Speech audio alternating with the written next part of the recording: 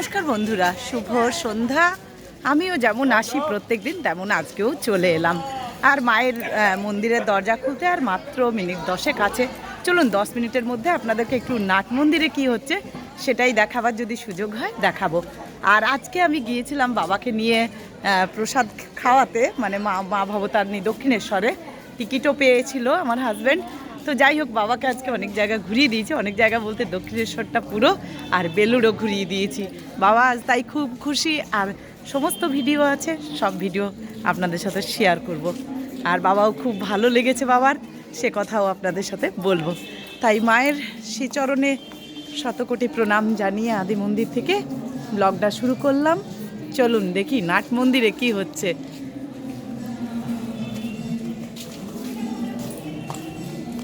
চলে এলাম, যেমন প্রত্যেক দিন আসি তেমন আজকেও চলে এসেছি। দেখি কে গাইছেন, একজন কাকিমা গাইছেন।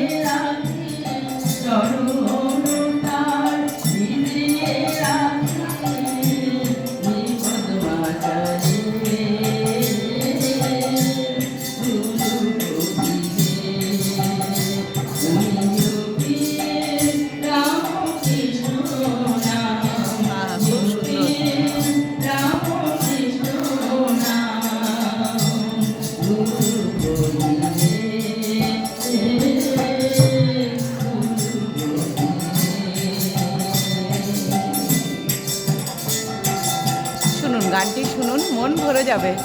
ঠাকুরের গান তো, ঠাকুরের নাম হলেই ভালো লাগবে। তাই যেই ঠাকুরের হোক, যেই নাম হোক।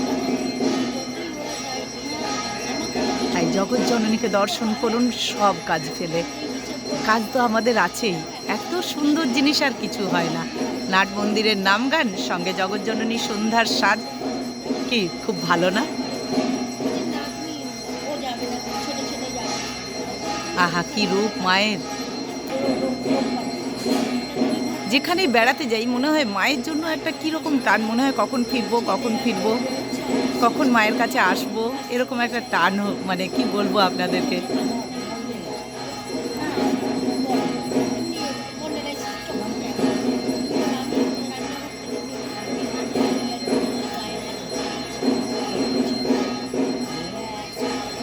তাই এখন এইটুকু নেক্সট ভিডিও নিয়ে আসছি, সুতপা সঙ্গে থাকুন আর এভাবেই আপনারাও শেয়ার করুন।